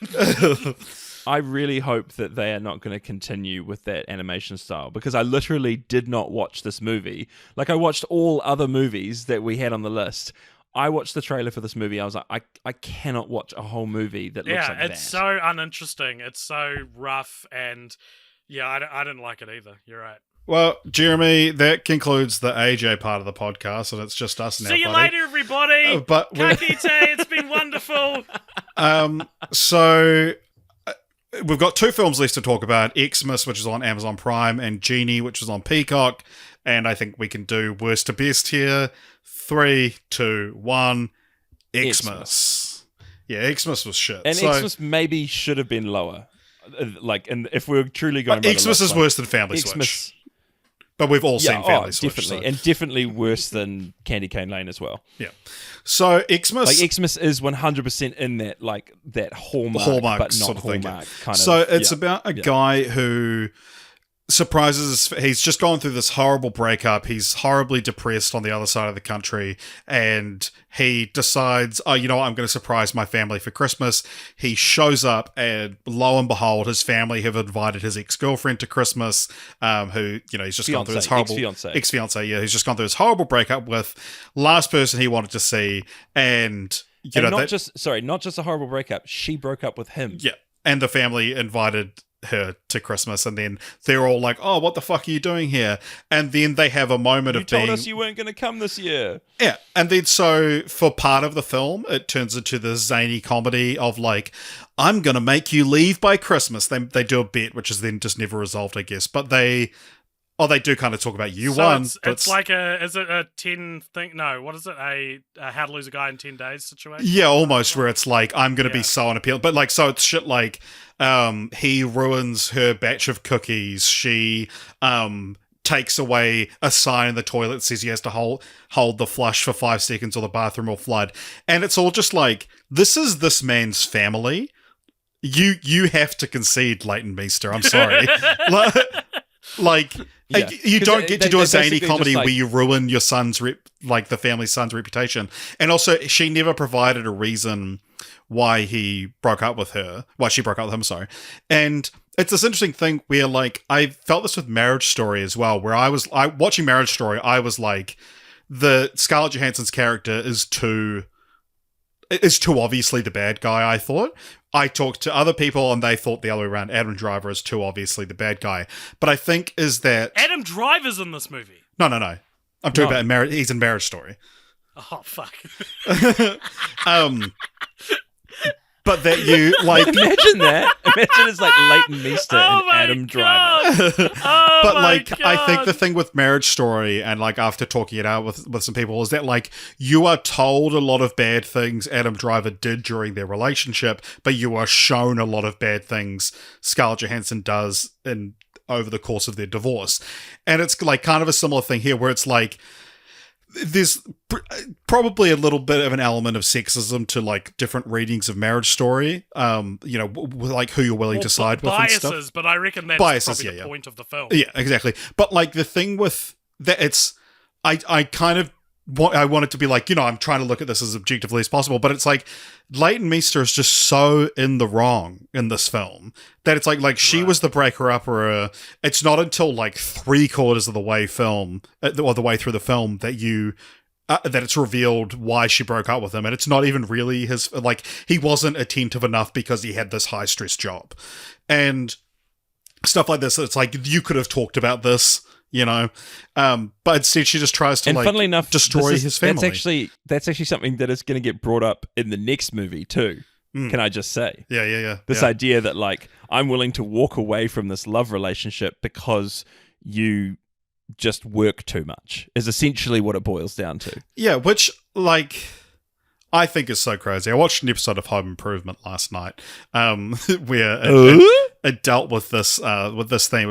It was like, Tim and Jill hadn't been having many relations lately. They said, we need to have a weekend where we just fuck all weekend, and they're gonna have this romantic weekend Wait, what away. Show is this? And Richard, this is Family Guy. You've mixed up Home Improvement with. But they go to this like night, but then the day before they go, they're like, Bud, the new owner of Binford Tools, is like, we have to have this meeting about taking Tool Time to a bigger audience. It's at 5 o'clock on Saturday. He's like, well, I can't do that. I've got this like romantic weekend. He's like, look, you better be there, pal.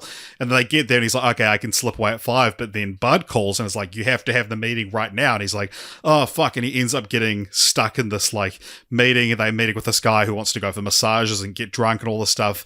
And he goes through all this while trying to hide it from Jill. He keeps calling up to her room being like, yeah, I'm stuck in this zany situation. And then the resolution of the episode is just that the guy they're meeting finds out, wait, were you supposed to be having a meeting with your wife? You should have said something to me. That would have been fine. And Jill was like, why didn't you tell me that's what you're doing? I would have understood. And that's the resolution of the episode. So for those who don't know, Richard has recently and unprovoked, wasn't pushed into this, unprompted, has decided, ladies and gentlemen, to start just watching Home Improvement for fun. And fans of the podcast will know he did this with Family Guy about 2 years ago, maybe even 3 years ago. No, it was New Year's Eve 2021. Of course, how could I forget the date you decided to become obsessed with Family Guy? No, I remember because we were moving into our new house and we didn't have internet, and I pulled out my Family Guy DVD from storage.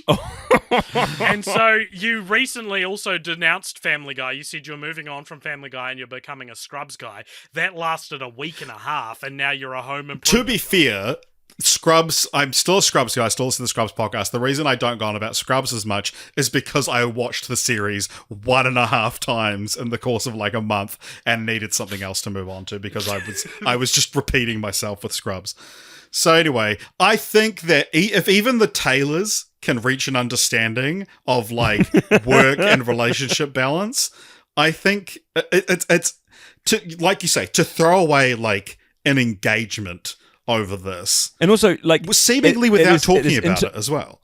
Yeah, it is also intimated that there's really nothing else wrong with this relationship, that everything else is kind of firing on all cylinders. It's just that she has these kind of unrealized dreams of being a baker and like opening up a food truck bakery kind of thing. And she feels like he's not helping her enough with that. Like that, it turns out that's kind of like the thing she really needed to feel loved.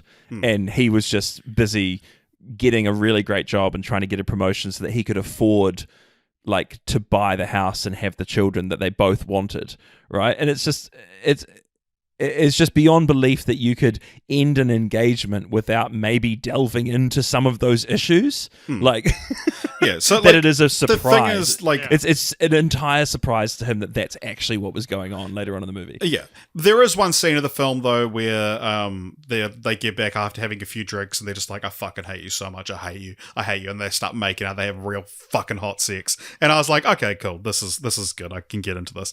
But then they. Like, the thing with this film is, like, Leighton Meester needed to be the main character. Like, the ex needed to be the main character, who's... Yes. Because it's just... She's being so unreasonable on the film that it's like there is no reason to get behind what she is doing, what the family are doing. And, like, because he reacts badly to this. He's like, oh, the person who just ripped out my heart and stomped on it is now being taken in by my family, and now I'm having to spend Christmas with her. And they're like, hey... And we're seeing the situation through his eyes, because we only discover this when he walks into the house, right? Yeah. And I completely agree with you. I hadn't even thought of that. If we had been with Leighton Meester when she received the call from his family and being like, hey, we really miss you. We know that you don't have any family, and like, and don't worry, our son isn't able to come to Christmas this year. He's working. Oh God, doesn't he work too much? Blah, blah, blah, blah, blah. Yeah. And he promises us he's not going to be at Christmas this year. Would you mind? Like, we would love you to come. And seeing her like break down in tears and be like, oh, that would mean so much to me. Are you sure it's not too big of a deal?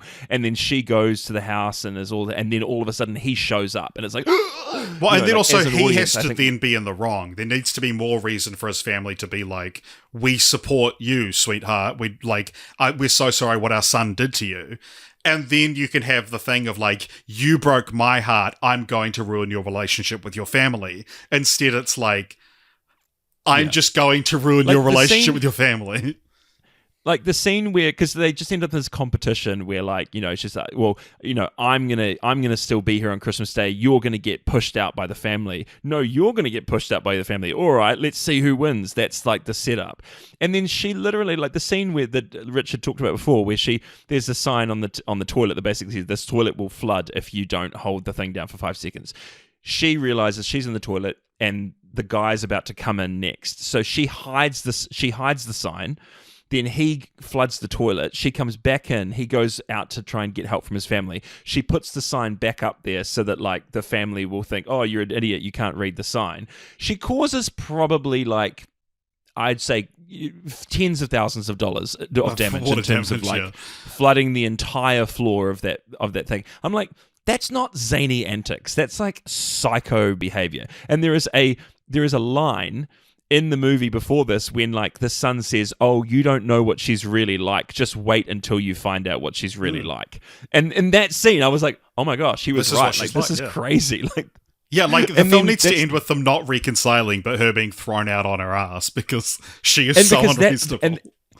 Because she does, I think she does two things that are at that level of like, oh no, that's not something a normal person does. Yeah. And then it's just kind of written off as hijinks and never talked about again because of the massive tonal shift that Richard is about to talk about. Yeah, so midway through, like, it's Christmas Day, they're like, hey, Leighton Meester, stick around, we're all going to go to the ice skating rink, and they're just having so much fun, and it's kind of like they're starting to bury the hatchet. They're maybe not going to get back together, but it's, the film's wrapping up, and then it's just like, oh, why is Dad lying on the ice?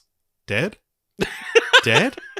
And then it's like, and then the son starts giving him CPR, and he's like, call an ambulance, tell him a 63-year-old man has had a heart attack, we're doing CPR. And then they go to the hospital and they're like, yeah, you saved his life by giving him CPR. Like, he would have died had you not done that.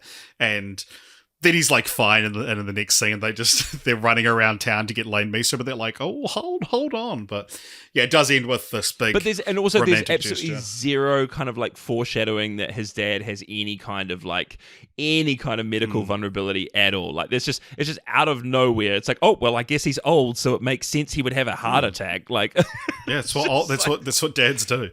But I'm keen to wrap this up. I'm sweaty as fuck. I've got very limited time to edit this podcast tomorrow, and Jeremy, frankly, cannot wait to talk about this last film. 3, 2, 1. Oh, Genie. Can I just stop you guys there? I've just watched on silent while you guys were talking the trailer for Whitebird: A Wonder Story. Are you guys, this will be old news by the time the podcast comes out. This just dropped, I think, a couple days ago. You know the movie Wonder with Jacob Tremblay? Oh yeah. A sequel the kid in is the coming out. astronaut helmet? Yeah. A sequel is coming out. I've watched it on mute, so I have zero context. But it looks like it's a flashback about... Yeah, it's a prequel. It's set in World War II. Yeah. It is the funniest, the most off-putting, and, it just looks like a completely different movie that they've slapped. It's called Whitebird: A Wonder Story, and it just looks like a completely different movie that they reckon is going to be more profitable if they package it as a Wonder sequel. It's so weird. Oh my gosh! Yeah, it's like it's based on a book that's I think part of a larger That's real. That's a real extension of from the minds that brought you from the twisted mind of the guy that brought you Wonder. This looks like one of the strangest sequels we'll have seen in years, guys. Let's talk about this later. Anyway, Genie. So this was released on Peacock, so it's actually not legally available in New Zealand. So don't ask how we watched it. But sorry. Yeah, I flew to America. Just a quick précis, Jeremy. What is Genie about? Okay, so Genie is, and I didn't know this, but it's based on a Richard Curtis movie from 1990 called Bernard and the Genie, or Bernard and the Genie. And essentially, a guy is... a quick précis, thank you. Of the movie. Yeah, met a guy at the beginning of a cool movie called Bernard. He basically is working too hard, working too much to appreciate his family. And his wife, basically, after him missing his daughter's birthday because of his work, his wife leaves and moves out just before Christmas and says, you need some time to figure out what life is really about. He ends up rubbing a lamp that he didn't know contained a genie, meets a genie, hijinks ensue. The genie helps him to get whatever he wants, and in the end, he realizes what he really wants is his family. And so he's able to. He wishes that the film ends with him wishing the genie free because the genie says. Common misconception, genies can actually grant unlimited wishes, but then he's like, my last wish is that you be free, and she's like, okay, well now this triggers the end game of having a genie, which is that you get 3 extra wishes. You get 3. And rule-free wishes, essentially. Basically, usually after someone gets rid of a genie, they realize that there were some things that they should have done, so we kind of cover this by giving you 3 wishes. And so that's where the 3 wishes mythology comes from, which was a fun little thing. Can I just say, yeah. Not only did I not watch this one, I haven't seen a frame of it. Well, I don't know it wasn't what the released in logo New Zealand, looks so like. why would you? The Apparently genie. it's going to be available for rental and purchase in New Zealand in January, which is a great time for a Christmas movie. The genie is Melissa McCarthy, just as herself. She's not in any fun makeup or anything like that. But I will also say, playing the main character is Papa. I can't remember his last Papa name, Roach. but he is no. cut definitely my not that. life into pieces. He is a brilliant actor. He was one of the main characters in the second season of a UK I May Destroy You. tech thriller called The Capture. Oh, yeah. And by far and away my favorite part of that season of The Capture, and he just was an absolute standout role for me. And so I saw him show up in this movie. I'm like, no way, this is amazing. And his wife is played by an actress who is in the Gilded Age as this. She's a secretary, but also a reporter for a black newspaper in the Gilded Age, and she's amazing in that too. And so it was really interesting that you had these two actors who I'd seen in very random things, very random TV shows, but I loved both of them. And then they both end up in this movie, and I thought, well, they're going to make up for the fact that I can't stand Melissa McCarthy. Then I also loved Melissa McCarthy in this movie. She's I will say the thing I recognized the main guy from Papa Essegiu is he's the demon in the last episode of the new season of Black Mirror, Demon 79, who was a very fun character. But but yeah, Melissa McCarthy, fantastic in this film. And watching it, I was like, you know what? I think I love Melissa McCarthy. Like, she was very lovely when I interviewed her, I can say. But there's such a warmth that she brings to like any character, and she is like genuinely a fantastic actress. She's Oscar nominated a couple of times for Can You Forgive Me and for Bridesmaids, which is like a rare just like zany comedy nomination. But yeah, like there is this because she starts to like just become part of his life. Other people can see her and she's just, wandering around in street clothes and stuff like that, but also is just doing like random bits of magic and people are like, what the fuck? But she has a little meet cute with her. The doorman to his building is played by Mark Maron, and they sort of fall in love, and then when she's free, they end up together. And yeah, it's like this film, and it's very, I didn't realize until the end, till it came up in the credits, but it's written by Richard Curtis, and yeah, just your classic sort of cute Richard Curtis film, like with where like same thing as like I've said this with like Yesterday, where it's like this isn't an exploration of this premise in any real proper ramifications of this universe we live in way. It is a cute love story with a dressed in the clothes of a fun plot engine. But yeah, I actually really enjoyed this film way more than I thought I would. This is probably the second or third best film we've ever watched for Netflixmas. Yeah, I agree. And I finished this movie and I was like, holy crap, I would actually watch this again next Christmas. Yeah. Like that's how, like, I would add this to my roster of Christmas films that make me feel really good about life, and kind of and it made me think about, okay, what do we want out of Christmas movies? Like, why do we have these movies that we are attached to at this particular time of year? And I think Papa Essegiu does such an incredible job of just like, you see the yearning in his performance. Like, his yearning is for those that he loves, and his yearning is for his wife and for his daughter, and it's not cheesy. It's that there is a reality to it. There's a humanity to the way that he plays this character in the midst of him having a genie. Like, I mean, it's really interesting how that's it's a preposterous situation, and yet the groundedness that he brings to, and funnily enough, the groundedness that Melissa McCarthy adds into it as well. Like, she's playing this fantastical genie character who, and I think it's quite clever because they very intentionally, I think this is the first time that I've seen a movie that involves a genie where the genie is not like African or Arab or Middle Eastern in background. And like, I think they've very intentionally done that because in the first film, in the first iteration of this film from 1990, Bernard and the Genie, Alan Cumming played like the sort of main character, and the genie was played by a black actor. And I think, and they sort of give Melissa McCarthy more of like a sort of a British Stone Age kind of background. You see a random sort of flashback.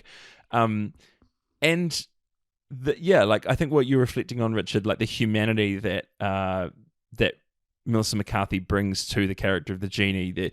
There's such a fun and a zaniness to her, but she is always real. She's never a caricature. Like seeing her She's interact with Mark Maron and having these little flirty moments, or seeing her interact with like his daughter. They have like these beautiful little moments, and she's just so genuine. And she also, because of the character she's playing, that she hasn't lived in modern time, is that everything is new to her, and she's got this childlike wonder to her. It's beautiful. Yeah, so like it's a beautiful film. There's a time travel element to this film where like she is a traveler from another time where she has to get used, and so all the tropes of like someone having to get used to like what we do in the modern age. All of that is just done to perfection. Like it's probably the best version of that kind of thing happening in a movie I've ever seen, because she is just so inherently joyful in discovering things. And I think one of my favorite scenes in this is obviously he's dealing with sort of the worst moment of his life, where his wife has basically taken his child and said, like, you need to sort yourself out. She's living with her mother, and it's in the lead up to Christmas, and he's genuinely thinking, is this the complete end of my family and my marriage? And then he's dealing with that, and then all of a sudden his family turn up at the door for like the family Christmas, and he'd completely forgotten about the fact that his family was showing up, and they're like, oh, where's your wife and daughter? And also, who's this random woman? And like at the split second, he's like, oh, catering. She's the catering person. And so then halfway through the family Christmas, he just comes clean and he's like, right, okay, this is so awkward. I just want to get this done. This is a genie, and you all get one wish. That's my Christmas gift to you. You just all get one wish. And the way the family deal with the wishes, they go down the line of like, and each member of the family has a wish or like a riff off of the other person's wish, which so perfectly encapsulates their character of this tiny little bit part of the movie. And it is just so enjoyable to watch. He wishes, one of them's like, I wish you'd go to hell. And then they're like, someone else has to wish him, but like, fine, I wish he'd come back. And he's actually like, has been like, 1,000-yard stare, still smoldering clothes. He's smoking, yeah. This sounds but also, great, guys, and I can't believe I didn't watch the first good one we've had in years. Like 3 Netflixmases. Yeah. It's like, AJ, I would it's still almost recommend, as if I messaged. It's almost as if I mentioned in the group chat, hey guys, you need to watch Genie. It's definitely the best one this year. So it's funny because like when you like that, you're right. It is almost when like you that. talk during Netflixmas, I tend to just ignore everything you say, which is also why we're recording this a week late, because Asia and I both missed that we were supposed to record this last Friday. But and also that I've said this to you, Jeremy, in the last few days, but like when you said like Naughty 9 was decent or whatever, and I was like, Jeremy, I did not say I that. can't remember what one, but I was like, Jeremy, your sense of good and bad has been fucked up in the last month. I'm sorry. And so any recommendations you give, I don't trust. So I was like sitting down to watch this movie, I was still expecting it to be bad or like good relative to Netflixmas, but no, this is a very cute movie. Yeah. I just a stop clock is still right twice a day, Richard. Yeah. Richard Curtis has another Christmas movie he's written, which is coming out on Netflix next year, called That Christmas, which is a Christmas fantasy comedy. It's an animated one created by Locksmith Animation, who did their first film was Ron's Gone Wrong, which came out in 2021. And yeah, I remember that. I remember not seeing that movie. Yeah, and it's directorial debut of Simon Otto, who was head of character animation for How to Train Your Dragon. He played Ron in Ron's Gone Wrong. No, I believe that was Zach Galifianakis, AJ. I apologize profusely. Guys, Streamiz Navidad. That's all I have to say. And we'll end it there. Thanks, guys. Well, yeah, that's our Christmas streaming roundup for this year. Will we do Streamiz Navidad next year, or was this still too hard? All of these questions will be hammered out and answered within the next 12 months. Yeah. I hope sometime in late November this. we will work out the answer to that question. Sometime in late November, when I have asked in the group chat at least 6 times, hey guys, can we set a date that we can record this on?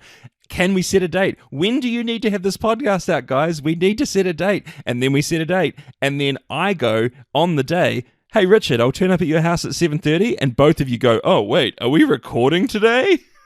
Jeremy, in I our defense, agree. it's insane that it never came up in like That's 3 what I was weeks. gonna say. To be I like, agree. still on That for is December our 8th? In your defense, it's clear that I'm the only one who cares about this effing podcast. And so maybe we should just end it. Maybe we should just end it because it's just my little pet project. I want to clarify that I agree that Richard and I are in the wrong. But with that, I also think it is mind-boggling that at no point, a day before even, you mentioned anything. And also because I'm not AJ and I saying hadn't you're to watched blame. any of them, and you weren't Yeah. like, better pick up your slack, guys. You didn't say I don't giddy know up, when you jingle were- horse, look. pick up your feet to us.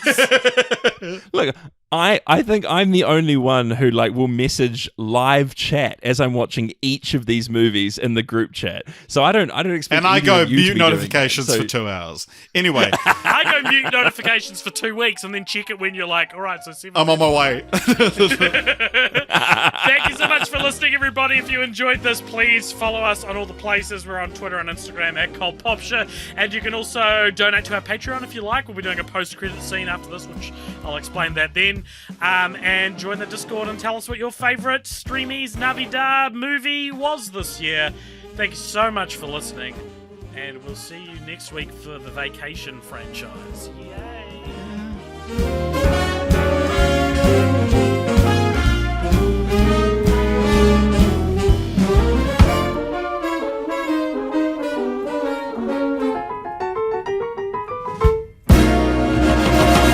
Welcome along to the post-credit scene. This is a segment at the end of each episode. Review, donate $5 or more over at patreon.com/cultpopture. You get to talk to us, you get to ask us to talk about or do a game or answer a question. Jeremy's still here. Richard's going to tell us the question. Who's it from? Today's question comes to us from Christopher. What? I actually just think that might be the first time you've said my name the whole podcast. I don't think we introduced ourselves at the beginning of the podcast. I did. I specifically He said, called you his frenemy. you're my frenemy. I said you were my frenemy. That's right. And that's why I blanked it out, because I was so offended. It was your feelings were so hurt that you actually blanked it out. You had Yeah. a trauma response. Yeah, I was just like, excuse me, former youth leader, and that's it. Today's question comes to us from Christopher Brown, who writes, what film, if any, do you think could benefit from a remake by the filmmakers of your choice? I like how he's given us the option to just be like, none. See you later. I'm gonna I'm gonna pick Bernie and the Genie, made by still crediting Richard Curtis as the writer. Made by new people. I reckon. I'm gonna do a spin of a wheel here. I'm gonna Google. I think random blockbuster. Yeah. I've got a random movie picker. I've got Mona Lisa Smile. Oh, gosh, no. And I'm going to pick random director. This is such a waste of his Patreon money. You are not giving your own opinion at all. Yeah. All right, and we got the director is Mike Newell. Here are the random directors in front of me. Lindsay Anderson, John Cassavetes, Clint Eastwood, Eric Roma, George A. Romero, and Robert Zemeckis. I think a good portion of those are dead, and some of them probably are going to die pretty soon. Probably should die. If I've got anything to do about it. But I would say there's a lot of films, and it's interesting because, we always remake film, like great films, but like we should remake bad films with good premises, like Mona Lisa Smile. 100%. Yeah, and so like I know there was something I've said on the podcast recently that is a great premise, and it sucks that we've wasted on this film. But the one that I always think about is Sausage Party. That like Sausage Party, fantastic idea for a film, completely in the wrong hands, I thought, or even just a few small changes could have fixed that. But like a Lord and Miller,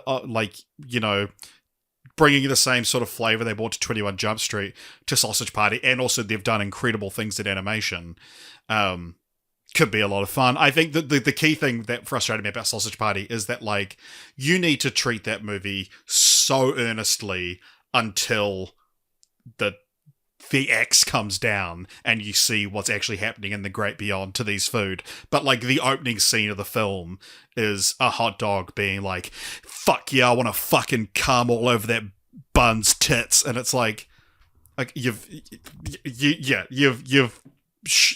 revealed too early. There's no shock value left later on because you've done this. Jeremy, you had your hand up. I have one for this, actually. Quite a specific one. And I'm just trying to get the director's name. Really annoying. Can't. It's okay, we can so my movie is Eragon. Oh, yeah. That's a good answer. I loved the Eragon series of books, except for the last one. The last one kind of ruined everything. But the Eragon movie was made before the last book had come out. And I was still in the full flush of like, this is one of the greatest things I've ever read. Obviously, I was in my early 20s, so like, you know, I didn't realize that it was a rip-off of all these other fantasy books and much better fantasy books. But still, absolutely loved it. Like, young male protagonist and like a really cool cast of characters. Don't have enough of them. Well, look, hey, I was a young male protagonist at the time, or at least I thought I was. Turns out you were just a young male side character in my story, but you hadn't. I was a villain. Anti-hero. And it's just such a cool world. I just wanted to spend time in that world. And the first movie was just so bad. Like every single element was just like so poorly done, and the decisions were just baffling. And so I just desperately wanted to see a better version of that done. And so, I mean, I was just like, Spielberg, but that feels a little bit like on the nose of just like pick Spielberg to direct anything. But I was thinking, actually, I'm going to butcher his name. I can't remember how to exactly say it. I think it's Miguel Sapochnik, the Game of Thrones director. Oh, yeah. He directed a whole bunch of the really, really good Game of Thrones episodes, and I was like, look, if someone can do like fantasy and like fantasy battles with that level of reality and like grounding it, but also giving you like the full noise fantasy elements, that would be amazing. So I would totally have Eragon remade. Nice. AJ, do you have a serious answer? No.